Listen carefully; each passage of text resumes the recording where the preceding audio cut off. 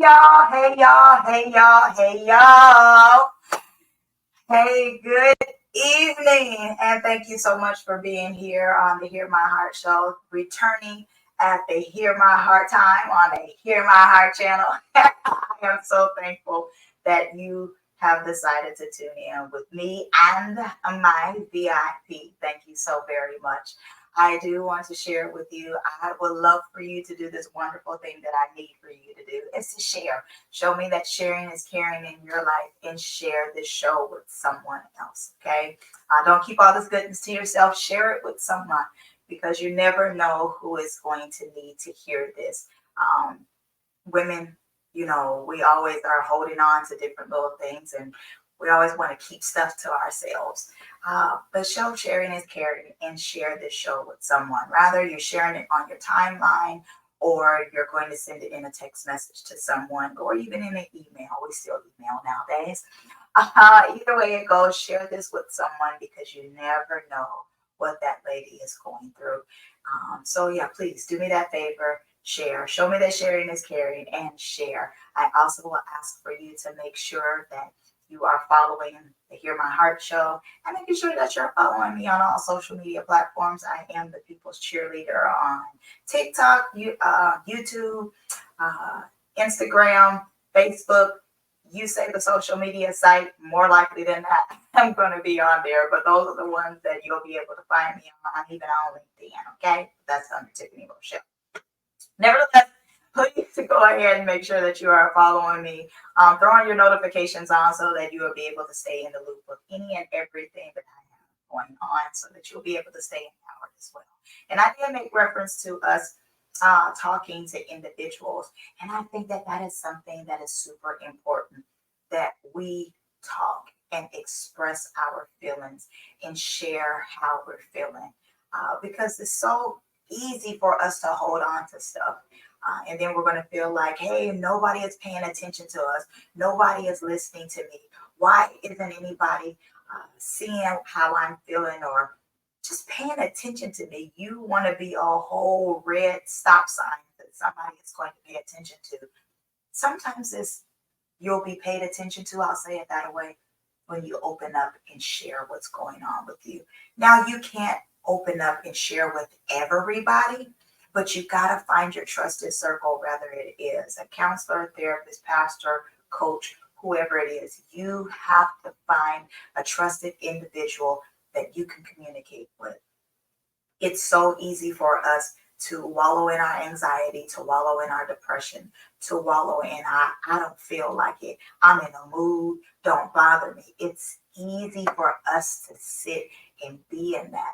And that's not okay. It's okay to own that feeling in that moment, but for us just to ride it like it's a Sunday morning and we in the car and we just chilling, don't ride those feelings and allow them to stay with you. Get them out because those causes some health issues. They cause a lot of anguish and anxiety to go on. And it's going to procrastinate you being able to get to where you need to get to. So if I don't share anything else with you, if you don't listen to anything else, express yourself. We can't help you unless you share what's going on.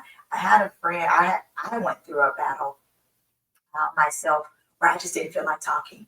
And I started to shut down and I just didn't want to be bothered. But I had a friend that was dedicated to making sure that I was okay, checked on me on a regular basis, just to make sure that I was all right and that I came through it. But it was because I had a safe space in that friend and I opened up and I shared. My friend would have never knew I was experiencing what I was experiencing because I'm always so happy.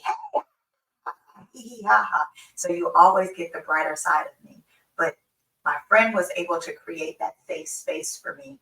And I was able to open up and say, hey, friend, this is what I have going on. Had no clue that that much was weighing me down. So I'm sharing that with you because I want that for you as well.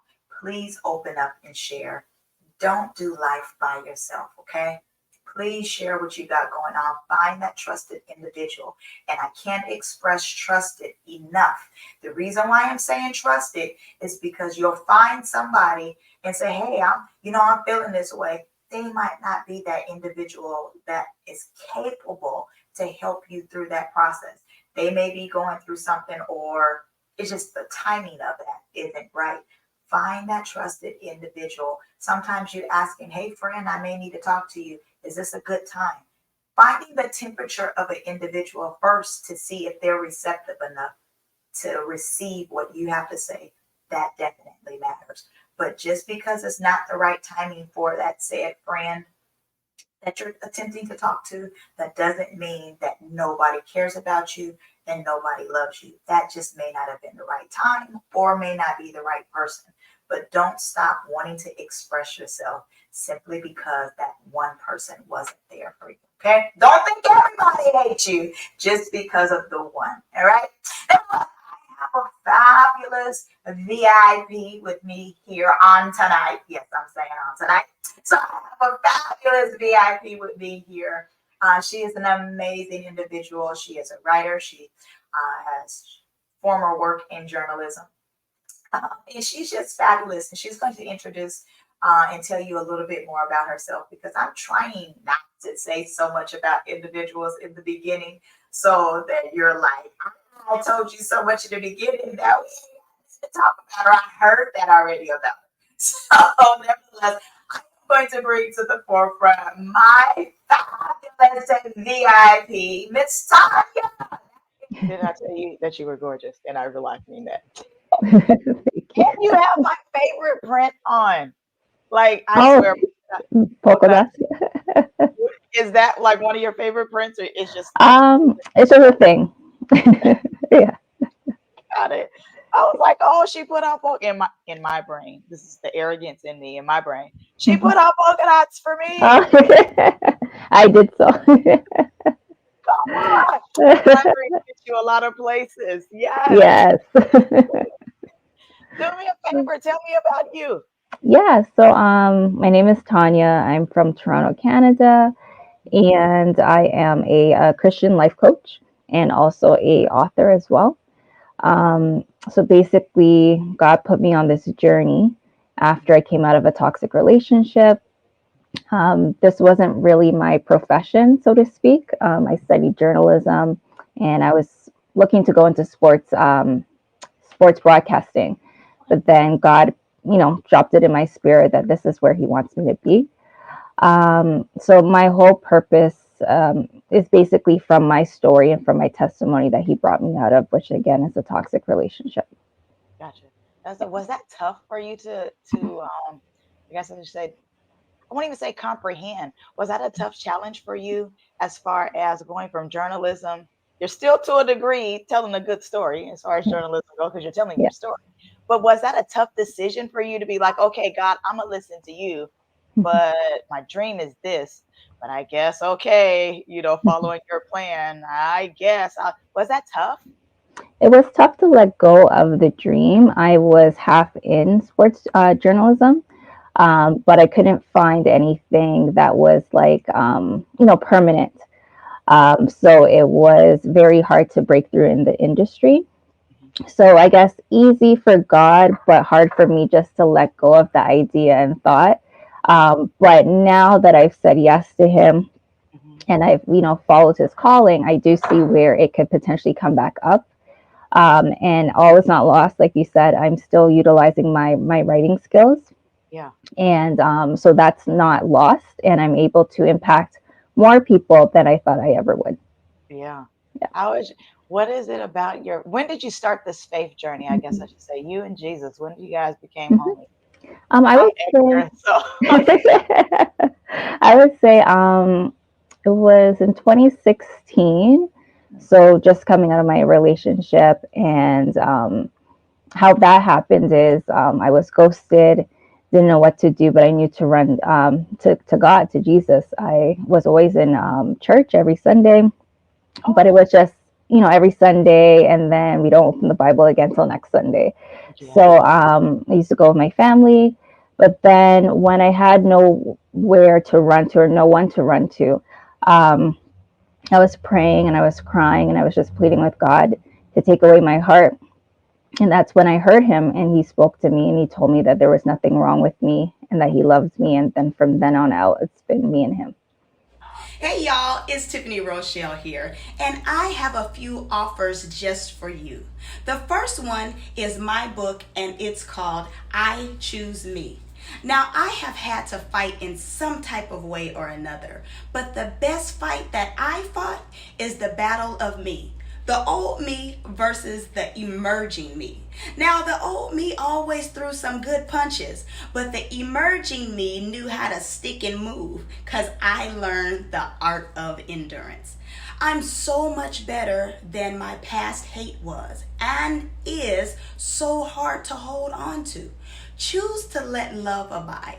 Try to hold hate with love, and you tell me who is stronger. The second offer is a workbook I have called Gold Digger. Now, there are about 47 activities that we will go through so that you will be able to crush some of your goals for your life. You purchasing this book is one of the first of many steps to bettering your life. There's action plans that you can take action on, and they should be incorporated into a daily planned routine for yourself. Lastly, I have a course on forgiveness. Forgiveness isn't just a nice thing to do. It can also be a powerful tool to bring marvelous change in your life. In this course, you'll learn how to effectively use the skills of forgiveness to help you lead a more peaceful and satisfying life. You will be introduced to the basics of forgiveness, including what it is and how it can affect you. So, today, unleash the power of forgiveness to create a more meaningful life. Next, I want you to learn that it is okay for you to choose you. And lastly, develop a mindset to see and crush some of your goals. Looking so forward to growing with you. I'm excited for you and your growth. Grace and peace. Isn't that amazing how he will use situations? He's so God. Yes. But he will use some situations that might be hurtful to us and it might break our hearts, but we end up taking our broken hearts to him, and it causes us to really surrender wholeheartedly to him. And it causes us to say, all right, God, this is the way I have planned. This is what I still want my plan, doggone it. But Yes. okay, if this is what your will is, may my will and your will line up so that your will ultimately gets done. And then the minute that we do it that way, for me, I'm going to just speak for me. As for Tiffany in my house, Yes. when I get in alignment with God's path and God's way, and I say yes to him for real, it just seems like things transition. Am I saying that it's perfect all the time? Absolutely not. Am I saying that I am completely anxiety, depression free? Absolutely not. Still have those moments where you're like, oh man, this is happening. Ew. But still in those moments, it causes our relationship to be like, all right, oh, I haven't been talking to you. Oh, you did this on purpose, huh? You want to have a conversation? All right, I'm listening. I'm listening. Hey. Yeah, exactly. But it's Exactly. just like amazing. Yeah. Have you had anything else outside of what was the relationship like? Like the romantic relationship Yeah, or that caused you to say, "Hey, God, I need to know you." yeah. So the romantic relationship was it was very much one sided. So I came into it with the giving heart, and that person took advantage because I was giving it out. So it's very much one sided, manipulative. He stole money from me. Ghosted, Or did you get your cheated. money back? Never did. But I didn't. At the end, I was struggling with that, but I realized, what, it's toxic money, it's dirty money, and I don't want it. If it's something that he can't repay, the blood is on his hands with that. So Oh, come on, yeah. mindset. I like the shift.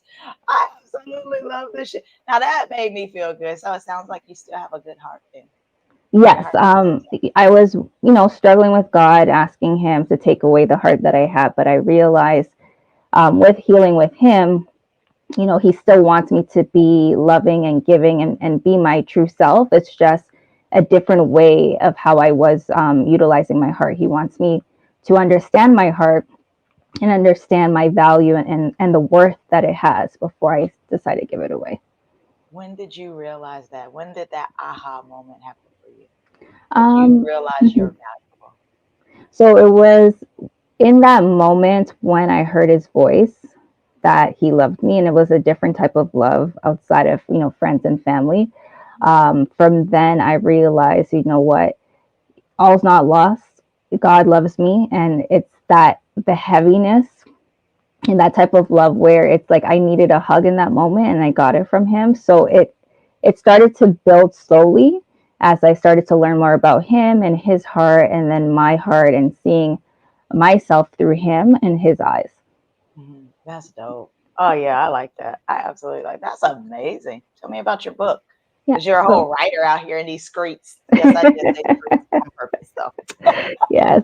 So my book is basically the latter half of the relationship. So not like all the nitty gritty of the relationship, but just my thought process, my mindset, my emotions when I was coming out, when he ghosted me and then came back and told me it was over.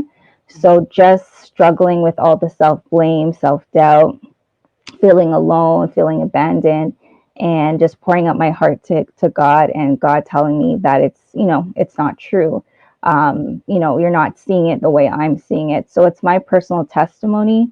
It's everything that I learned with God, everything that He said to me, whether Himself or through people or through, church sermons. And it's a devotional poetry book that I wrote. oh, that's super dope. Oh, I absolutely love it. That is great. Yeah, that's cute. Are you doing this full time or are you working still? I still work part time, so that way I can, fund what I'm doing here until I'm able to sustain.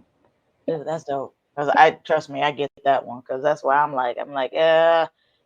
So I promised the Lord I was real life gonna listen to Him and I Yeah. was gonna obey Him.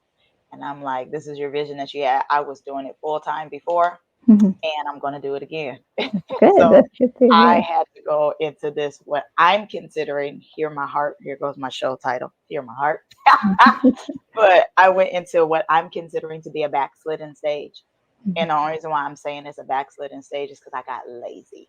Mhm. So the unfortunate thing is when you get lazy, things don't happen. And I kind of slumped into this little, oh, things is getting ready to happen. My grandmother passed away, who was my mom. And well, I still have my mom, so I have a relationship with my mom. Let me clear that. Mhm. But Granny was like the one who raised me. So it's like when Mhm. she passed away, I didn't grieve immediately. Mhm. It took a process before that actually happened. And then it's like, it just hit me like I wanted to give her a telephone call and I couldn't. And I was Mhm. like, who am I about to talk to?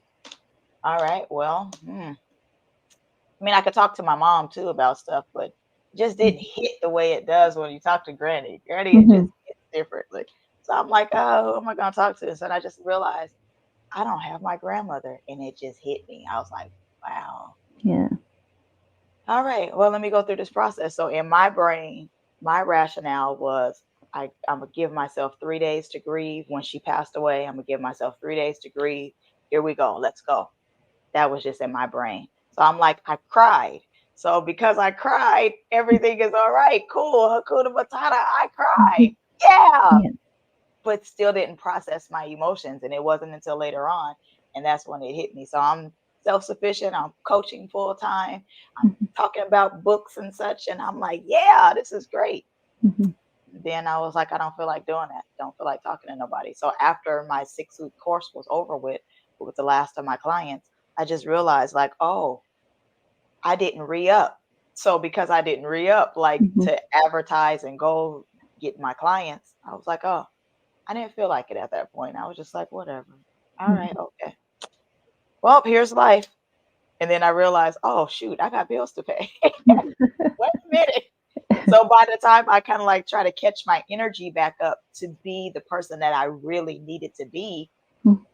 and it was kind of too late. So it wasn't really too late. It was just in my brain. I hadn't processed it. So with that being said, then extra in the event you can't tell, I am one of these high strung personalities, Brandy. Yeah. Um, Chris said you're a lot of fun, so he recommended me to you. Yes. It's funny because when me and him was talking on the telephone, when we were on, and did our little, when we did the show, I was like, I'm letting you know now, I'm an extra individual. Mhm. So I use laughter. I'm not like a comedian by far, but I'm Mhm. very corny and I love wordplay. And so, because I love wordplay, even like, so the show, my show is called Hear My Heart, right? And Mhm. so, if you're looking at the word heart, it has ear in there. Yeah. So, how it's hear my heart, you need to have a listening ear. So, out of the abundance of your heart, your mouth speaks. So, whatever you're speaking, of course, you got to hear it. So, Yeah. it's one of these little things I just love playing on words and Yeah. just being able to hear because I deal with matters of the heart. Mhm. So that's really kind of like how the premise of the show came about. But anyways, when I was doing that, because I like that, I embrace my corny, I guess is what Yeah. I should say. So So because if you said anything, if I like chuckled at it, or I'm like, girl, Mhm. I'm not meaning it to be offensive. I Yeah. promise you, I mean it in no offense. But it's just that's just my extra personality. For the most part, I am able to use discernment. Discernment works very well for me. Okay. So if you're talking about something, I can already sense, okay, Tiffany, don't be a jerk. And it's not me Mhm. trying to be a jerk, but Yeah. sometimes people receive it differently. So for Mhm. the most part, I'm able to catch that. But then as we're on the show, that's a part of personality. Girl, that's what I was saying when you did I was like, girl, did you get your money back? Yeah. And I didn't mean it to be offensive. Yeah. It's one of those little things. Yes. No, understood. Okay. Now that we got that off our chest. Yeah. So tell me this. What would you tell the world? What is the story that you would love to leave with some woman? My congregation, I am not churchy like that. I am. But I primarily speak to women. Guys hear it also. But my premise, my base is women. So if you could leave your story with individuals, what is it that you would say to some woman out there to empower her or to help her with her journey? I would definitely want to tell her um, to understand your worth through God's eyes. It is important.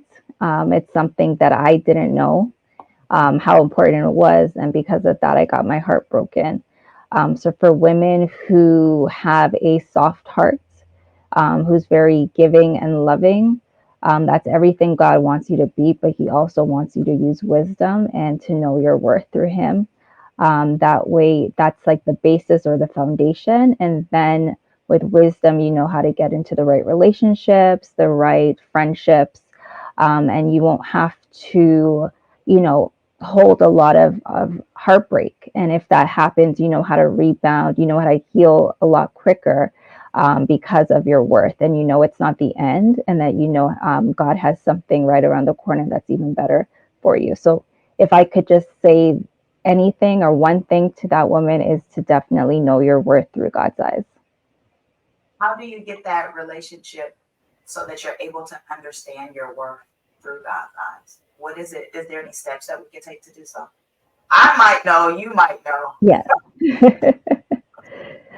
You definitely have to set up some time to get to know God. And that could be very difficult when you believe, you know, He wasn't there for you, He abandoned you.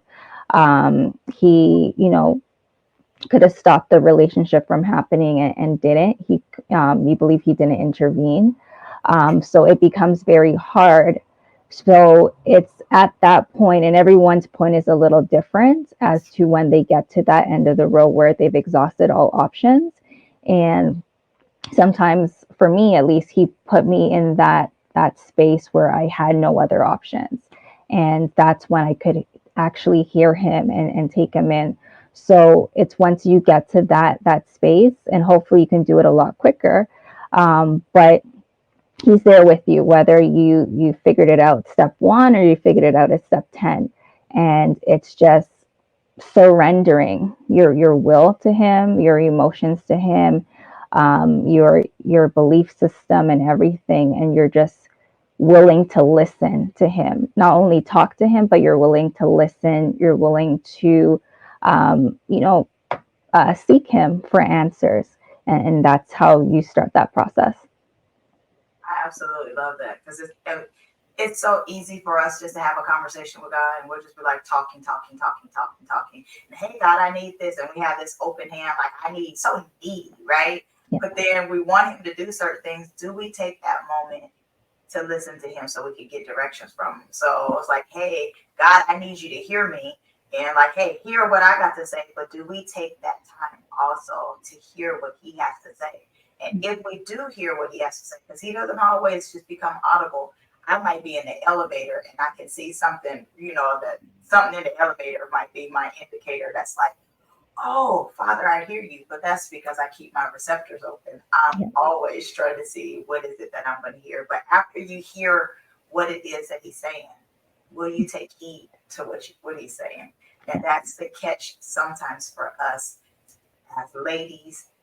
Sometimes I don't want to hear what you have to say. And then once you say it, I don't want to do what you tell me that I'm supposed to do. But that's very important. It could be tough, but it's something that's definitely needed. So that was a powerful moment. I'll let you express. I'm grateful for that. Thank you for your loving heart. You think, are you loving again? I am, most definitely. Definitely loving towards like friends, family. I'm still single, but I'm able to use that same heart first and foremost with God, and my relationship with God has blossomed into something beautiful. And I'm able to maintain healthy relationships with friends and family. If they're not healthy, I, am okay now to put boundaries. I'm able to walk away when I need to, and just navigating, the dating space. Now because I know my worth, I'm able to say, you know what, this is not the relationship I want to enter. I have discernment to know, after talking, like God says no, and I go to him now instead of making my own decisions. So definitely loving with an open heart to whoever now God wants to put my way.